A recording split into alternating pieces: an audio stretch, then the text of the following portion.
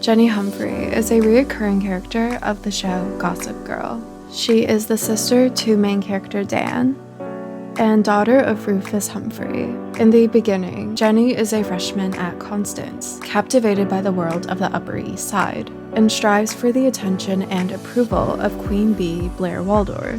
Though, as the show progresses, Jenny becomes a force of nature that rebels against the norms of this world, as she aspires to become a fashion designer with her own distinctive look. Jenny, throughout the show, has a drastic style transformation. I'll be explaining her style evolution using fashion psychology, as fashion is a tangible depiction of one's inner self, but can be altered to showcase different components of one's identity. Jenny's differing looks convey where her values lie and who she wants to be or who she is, because even at a young age, she was very infatuated by fashion and drawn to clothing. It acts as an extension of herself.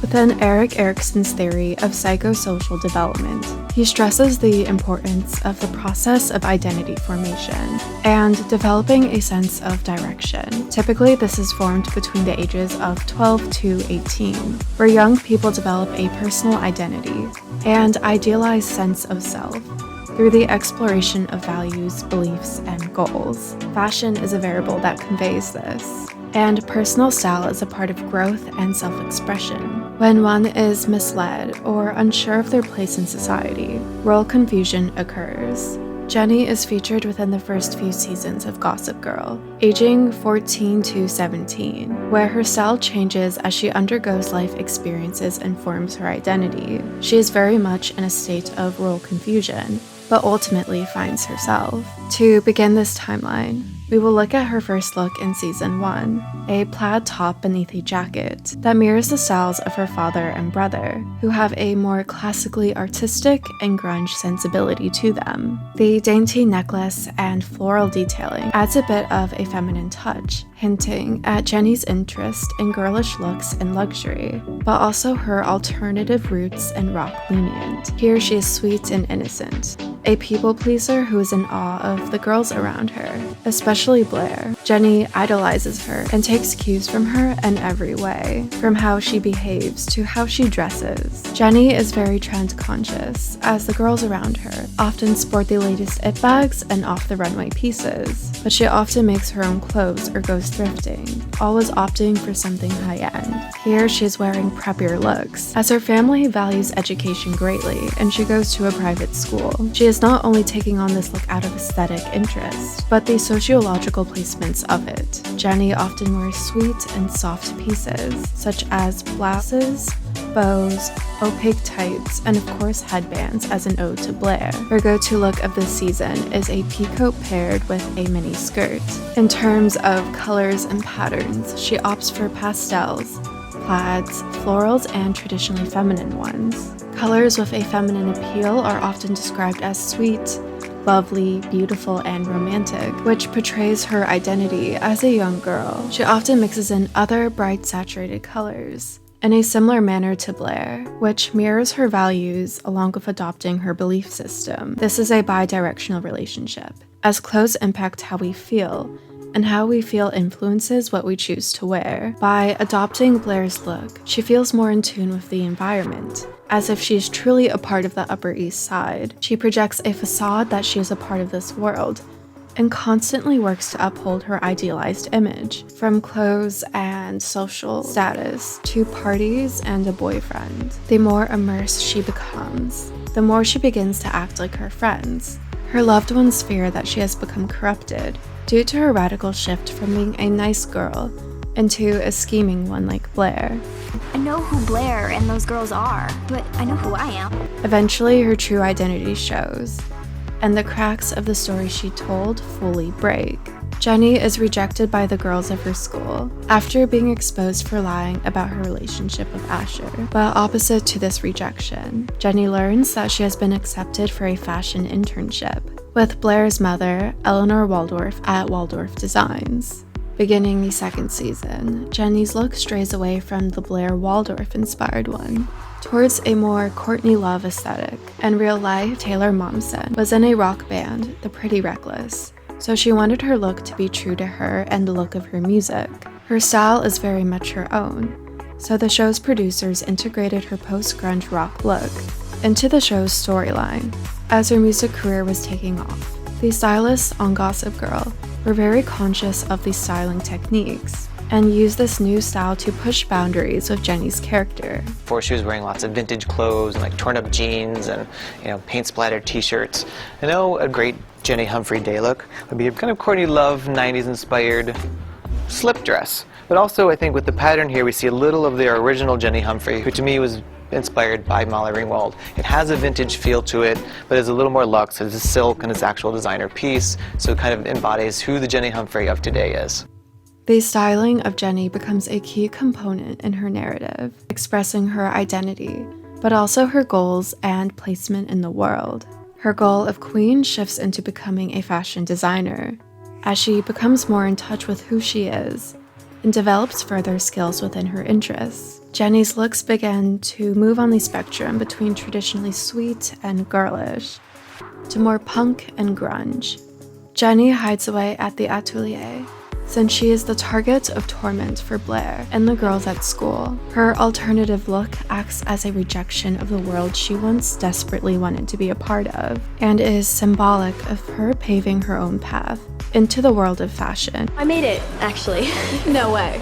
When she no longer feels the need to impress Blair, her fashion evolves. Colors get darker, hemlines higher, and more glam rock references are being made. Rather than being treated like a young, naive girl, she's treated differently due to a new perception that is produced by her new look. Psychological scientists at the California State University, Northridge, and Columbia University find that the formality of clothing might not only influence the way that others perceive a person and how people perceive themselves, but could also influence decision-making in important ways through its influence on processing style. So here, Jenny's fashion is becoming more individually developed. She is fully immersed in a life of creativity, where fashion and new concepts are at her fingertips to explore, but she does have this underlying fear that is a constant in the back of her mind. This is a status of identity moratorium, which is when one is exploring in an attempt to establish an identity, but has not committed to just one yet.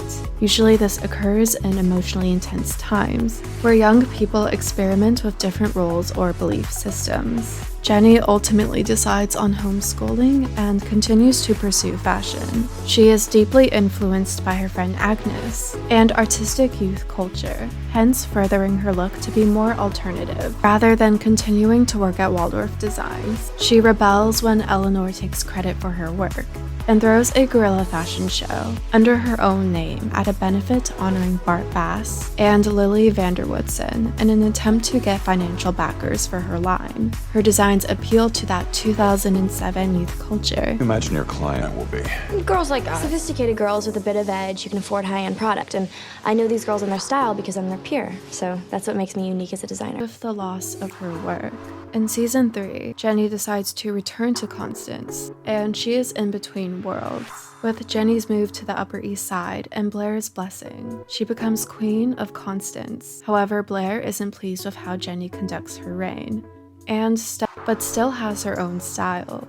As queen, she features a lot of menswear-inspired pieces, corset tops, layering techniques, and edgier accessories, such as fishnets, studded boots, and excessive jewelry. She no longer sports very colorful pieces, and goes more for blacks and neutrals. Though she now behaves much like Blair, she still holds on to clothing that she wore when she broke away from, as it has always been an extension of herself. She learns to use it to harness power. The girls around her dress just like her, showing their dedication, much like how those in uniform often follow rules and behaviors because of strong alignment. She uses clothing as a tool. For example, when she buys bags for the other girls, she exerts her power as queen. The clothing is not only a status symbol of wealth, but one of power. Fashion's influence can be indirect and constitute a form of soft power. Her clothing creates a social distance that enhances abstract cognitive processes. Traditionally, this occurs with formal and more authoritative clothing, even though this is not the typical prim and proper queen look. It's one that enhances social distance and hierarchy between the girls. Jenny and Blair's power struggle continues. Ultimately, Jenny is banished from Manhattan. She makes her first appearance in season 4, here after some time on her own, and continuing to hone her skills as a designer. Jenny's fashion is fully established. She claims that leaving the Upper East Side was the best decision for her.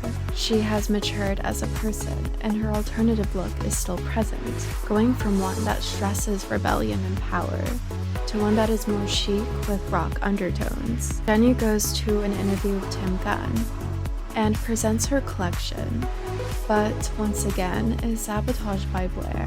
Rather than fighting back or admitting defeat, Jenny stands her ground and upholds her own belief system. Jenny's style is more put together and polished, much like her behaviors. This is evident as she goes to speak with Tim Gunn once again about her work. She is very collected, well-spoken, and much more logical because she is thinking for herself based on her own established values that are very well put together. She leaves the Upper East Side once again and goes to study in London, but does make another appearance at her brother's wedding in the finale. Her final outfit is a fitted mini dress with sheer fabrics and gold embellishments, paired with a nude heel with a gold lenient. Her hair is stylishly proper with an undone factor.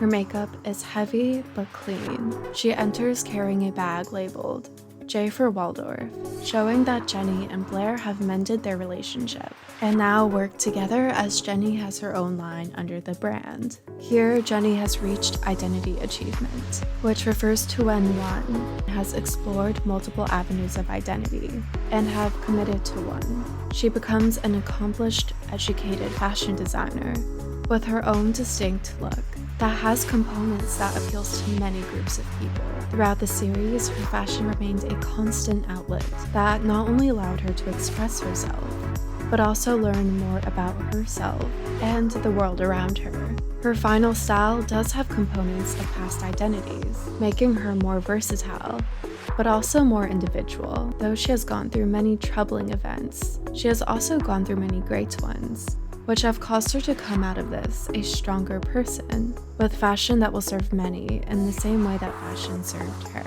I hope you enjoyed this video. If you did, please subscribe, like, turn on notifications, and comment. Thank you so much for watching.